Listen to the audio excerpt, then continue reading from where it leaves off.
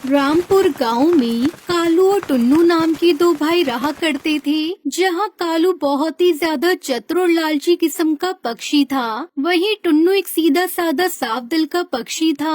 और इसी बात का फायदा उठाकर कालू हमेशा टुन्नू को नीचा दिखाया करता और उसे बिल्कुल भी पसंद नहीं करता था। और वहीं कालू की पत्नी सुंदरी भी हमेशा टुन्नू और उसकी पत्नी टुनटुनी को ताने मारा करती और उन्हें अपने घर से बाहर निकालने के लिए नई नई तरकीब सोचा करती और हमेशा अपने पति कालू को टुन्नू के खिलाफ भड़काया करती थी।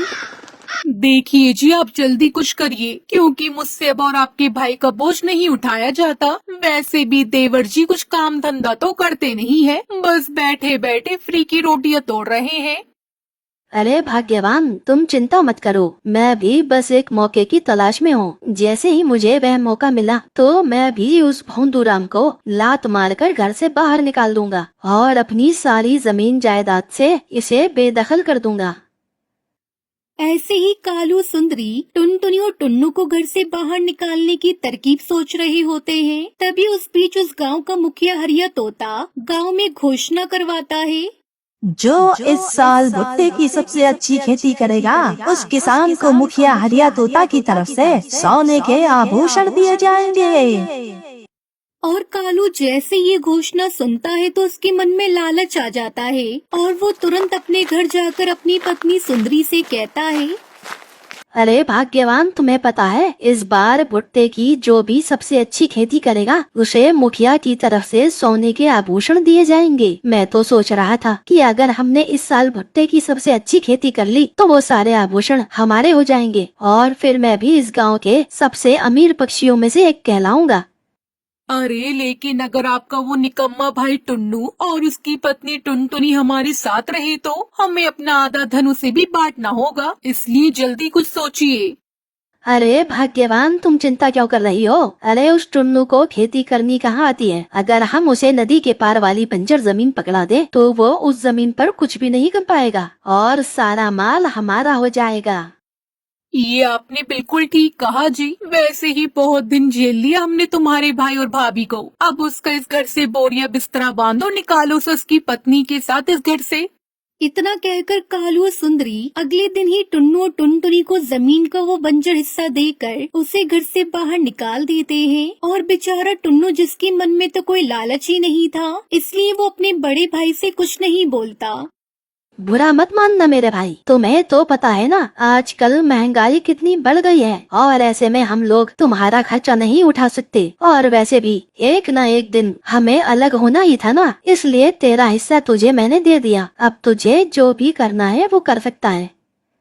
और इस तरह कालू अपनी चालाकी से टुन्नू को बंजर जमीन देकर अपने पास उपजाऊ जमीन रखकर उस पर खेती करना शुरू कर देता है। और कुछ ही दिनों में उसके खेतों में बहुत ही सुंदर और बड़े बड़े भुट्टे उग जाते हैं, जिसे देखकर कालू और भी ज्यादा घमंड में चूर हो जाता है। और वहीं दूसरी तरफ टुन्नू अपनी पत्नी टुनटुनी के साथ अपनी बंजर जमीन पे भुट्टा तक नहीं उगा पाता। वो अपने छोटे से बनाए हुए घोंसले में जाकर सो जाता है। और ऐसे ही दिन गुजरने लगते हैं और जैसे ही प्रतियोगिता का दिन नजदीक आता है, वैसे ही एक दिन जब टुनटुनी और टुन्नू अपने खेत के सामने उदास बैठे होते हैं, तभी उसी समय उसके पास एक घायल गाय भागती हुई आती है और वो लगातार टुनटुनी को कुछ बताने की कोशिश करती है।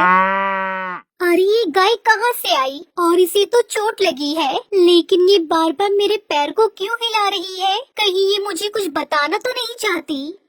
इतना बोलकर टुनटुनी उस गाय के पीछे जाने लगती है। तभी वो देखती है कि उसकी जैसी कुछ और गाय कांटे वाली जाली में फंसी हुई है। और ये देखकर टुनटुनी फटाफट से उन्हें जाली से बाहर निकालती है और उनके जख्मों पर जड़ी बूटियों का लेप लगाती है। उसी समय उससे गाय कहती है, तुम्हारा बहुत बहुत शुक्रिया भली चिड़िया, तुमने हमारी मदद करके हम सबकी जान बचाई है, इसलिए हम तुम्हारा यह एहसान कभी नहीं भूल पाएंगे। और हमारी इस मदद के लिए मैं तुम्हें ये जादुई भुट्टा देना चाहती हूँ। तुम इसे ले जाकर जैसे ही अपने बंजर जमीन में बोगी, वैसे ही वहाँ पर ढेर सारे भुट्टे अपने आप ही उग जाएंगे। क्या जादुई भुट्टा? भला कोई ऐसी भी चीज होती है? इतना बोलकर टुनटुनी जैसे उस भुट्टे को ले जाकर अपनी बंजर जमीन में बोती है, वैसे ही उसका बंजर खेत पीले पीले बड़े बड़े भुट्टों से भर जाता है। ये देखकर टुनटुनी बहुत ज्यादा खुश हो जाती है। अरे ये तो एक चमत्कार जैसा है, मेरा पूरा बंजर खेत बड़े बड़े भुट्टों से भर गया। तुम्हारा बहुत बहुत शुक्रिया प्यारी गाय।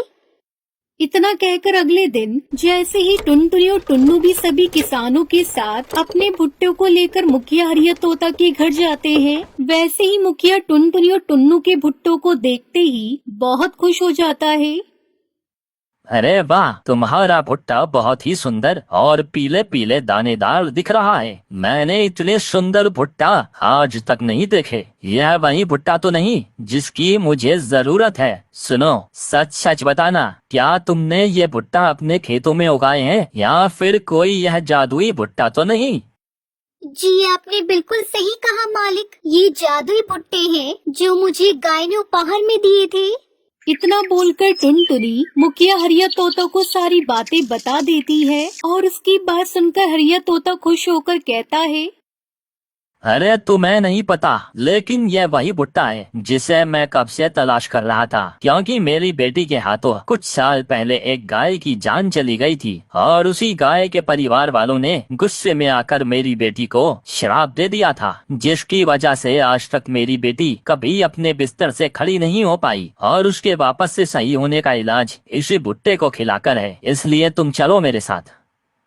फिर मुखिया हरिया तोता टुनटुनी और टुन्नू को अपनी बेटी के कमरे में ले जाता है, जहां उसकी बेटी हरी तोती बिस्तर पे पड़ी हुई थी। लेकिन मुखिया तोता जैसे उस भुट्टे को अपनी बेटी को खिलाता है, वैसे ही उसकी बेटी बिस्तर से खड़ी हो जाती है और ये देखकर मुखिया हरिया तोता बहुत ज्यादा खुश हो जाता है। वाह टुनटुनी, ये सब तुम्हारी ईमानदारी की वजह से हो पाया है, इसलिए वादे के अनुसार मैं तुम्हें सोने के आभूषण देता हूँ।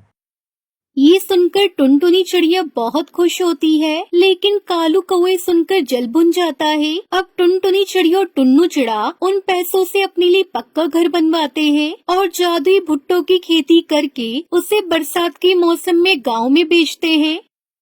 भुट्टे ले लो भुट्टे, गर्मा गर्म चटपटे भुट्टे ले लो। इस तरह टुनटुनी चिड़िया अपने खेतों के भुट्टे बेचकर खुशी खुशी अपना जीवन बिताने लगती है।